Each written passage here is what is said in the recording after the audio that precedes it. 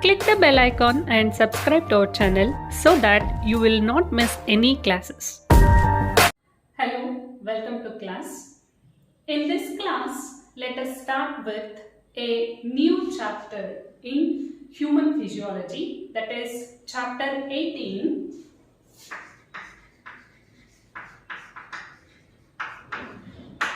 body fluids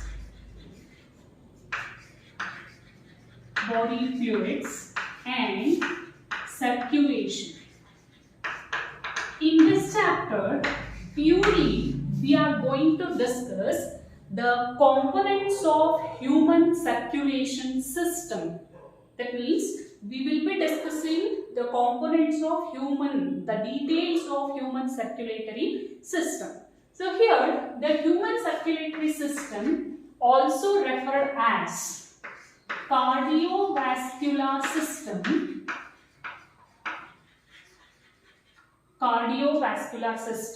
or blood vascular system. Blood vascular system, because it is consisting of blood vessels. The human circulatory system, it consisting of blood vessels and heart. So these three are considered as the structural components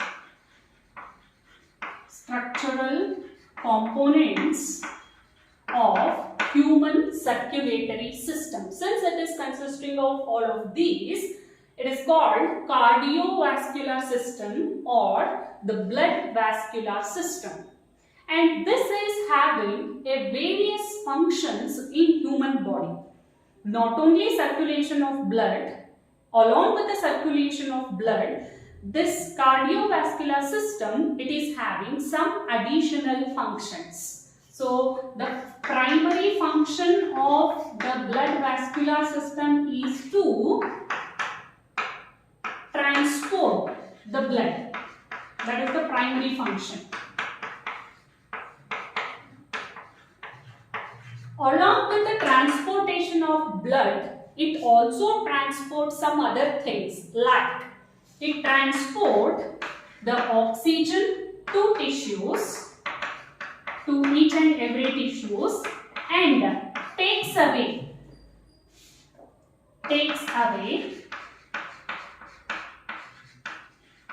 carbon dioxide, which is produced in the tissues. So from the lungs, blood will carry the oxygen through it and it will supply to all the tissues. And in the tissues, upon metabolism, there is production of carbon dioxide. That carbon dioxide will be brought back to the lungs through the blood vascular system.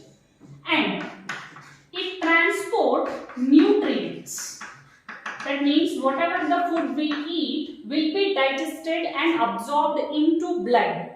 And from the blood, it will be supplied to each and every part of the body or each and every cells of the body, and there it get digested or it will be metabolized. After metabolism, it produces nitrogenous waste. So that nitrogenous waste is taken away by the same system. Takes away nitrogenous waste. And it is also responsible for blood clotting. So whenever we got an injury, whenever our skin is get ruptured or the vessel is get cut, then at that place there will be a heavy loss of blood. So at that time, the blood vascular system will take the responsibility to stop that flow of blood, outward flow of blood, by the mechanism called blood clotting or coagulation. So the components responsible for coagulation or clotting of blood are present in the blood. So the blood vascular system will do that function, that is the clotting of blood. Then, in an emergency situation, like for example, when we are running or when we are climbing the mountain, or when we are doing the heavy work rather than the normal. At that time, our cells require more amount of energy, that is in the form of nutrient and in the form of oxygen. So, at that time, our cardiac system or the cardiovascular system will try to supply the more amount of oxygen and nutrients to our body. So that is, it will regulate the supply of the nutrients and oxygen which is required by the cells during the emergency situations. So not only the transport of blood, along with this, the blood vascular system will do all these functions. And the major component of the blood vascular system is the blood vessels and the heart. So we will be discussing it in two parts under the chapter body fluids and circulation. So here in the first part, that is in the body fluids, we will be discussing the fluids which are circulated in the cardiovascular system. And in the second part, we will be discussing what are the structures responsible for circulating these fluids, that is the blood vessels and the heart, and how it transport also we will be discussing under the second part of this chapter. In the first part, we will be discussing only the fluids which are circulated in the cardiovascular system. And in cardiovascular system, the main fluids which are circulated, the main fluids circulated are, the main body fluids which are circulated are two. One is blood and the second one is lymph. Blood and the lymph. And let us take up the first one, that is blood. So now let us discuss the composition of blood and what are the components and the functions of those components in the blood in detail. The first part or the first component of the circulatory system is the blood, and among the two fluids which are circulated in our body, one is, the important one is the blood. Blood is considered to be a fluid or liquid connective tissue. Liquid connective tissue, and the blood is made up of majorly two components. I'll write here. Blood is made up of two components, main components, and there are sub-components present. Let us discuss them in detail. The one is plasma, and the second is formed elements, or they are also called corpuscles. Formed elements or the corpuscles.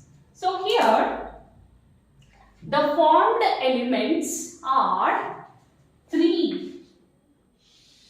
Formed elements are present in blood. There are three formed elements present. One is erythrocytes, leukocytes, and thrombocytes. And you will be knowing the common name for them. Erythrocytes, nothing but RBC. You will be familiar with these names. And WBC refers to the leukocytes, white blood corpuscles, red blood corpuscles. Then this is platelets.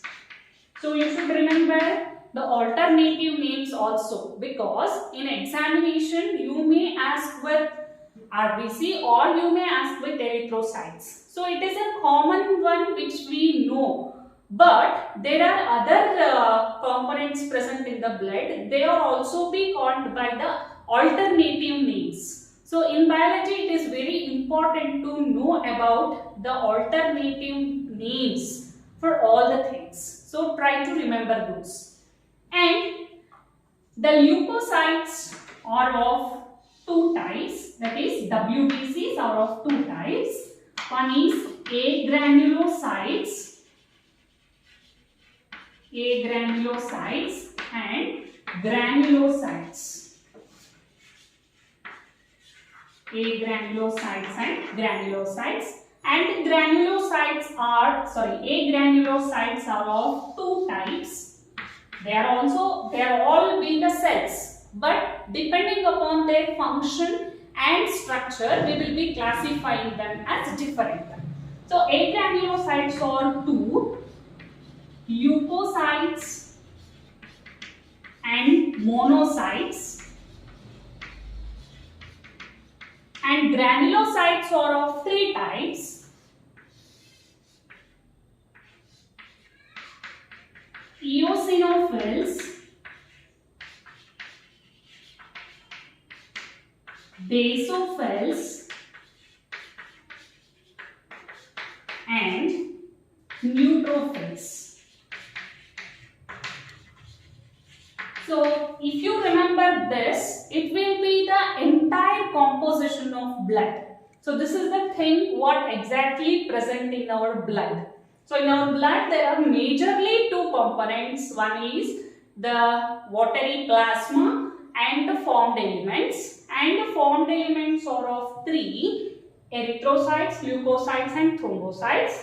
Leukocytes or WBCs are of two types: agranulocytes and granulocytes. Agranulocytes are two: leukocytes and monocytes. Granulocytes are of three: eosinophils, basophils and the acidophils. If you remember this, it will be very easy, because in competitive exams you may forgot any of this.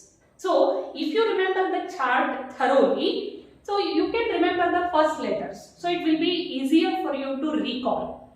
So if you remember this, it will be easier for you to remember in the competitive exams. So now let us take up all of them in detail. So now first let us start with the first component of the blood, that is plasma. Plasma is straw colored. It is somewhat straw color, that is paddy straw you might have seen, that is dry paddy straw, that color it will be having, and it is consisting of, that is the blood is consisting of nearly 55% of plasma. So that means in our body there is presence of 5 to 5.5 liter of blood.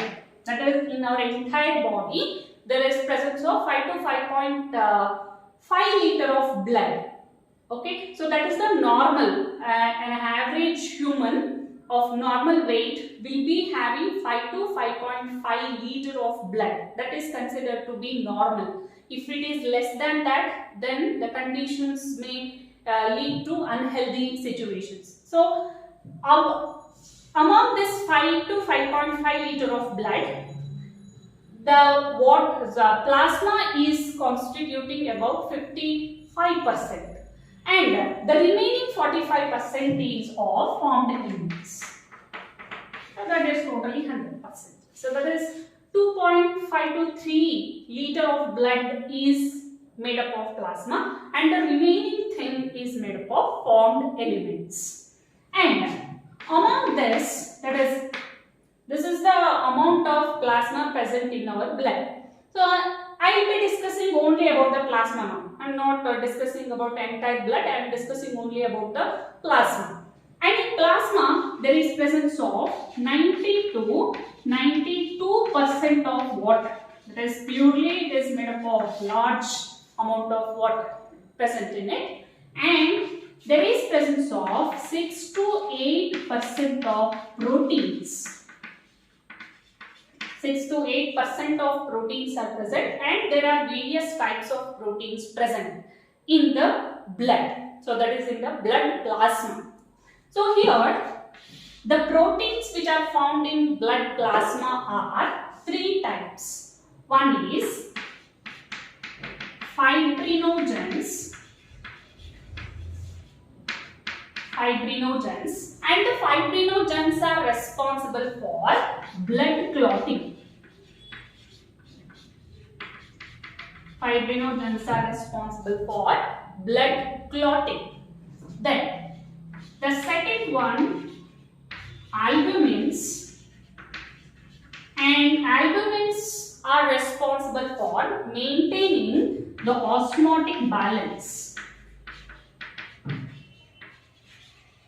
Maintenance of osmotic balance, that is, the concentration of electrolytes in the blood is found to be very significant. So that maintenance of osmotic balance is brought about by the proteins called albumins. And the third type of proteins present are globulins. Globulins, and globulins are responsible for defense mechanism. Defense mechanism, that is, whenever a pathogen or the foreign particles enter into our blood, then immediately the globulins will go to the place and fight against them, and they may neutralize it or it may send away. So that is called defense mechanism, and the proteins responsible for defense mechanism are globulins, and they are present in plasma of the blood.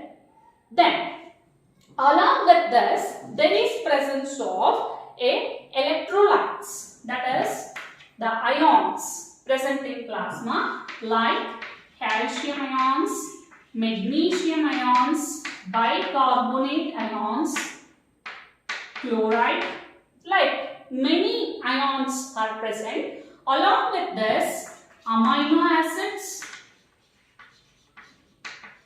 acids, glucose, hormones are all present in the plasma. So now, in plasma, the major components present are the blood clotting proteins, that is the fibrinogens. That is, the blood clotting proteins are present in the plasma. Remember, whenever the plasma is present inside the body, those clotting proteins are present in inactive state. That is, the proteins responsible for blood clotting are present in inactive state. Of course, they are present in the plasma, but they are present in inactive state. When they become active, when they come in contact with the atmospheric air. So we will be discussing that later while discussing the clotting of blood. And remember, the plasma, when it is separated from the clotting proteins, that is, plasma without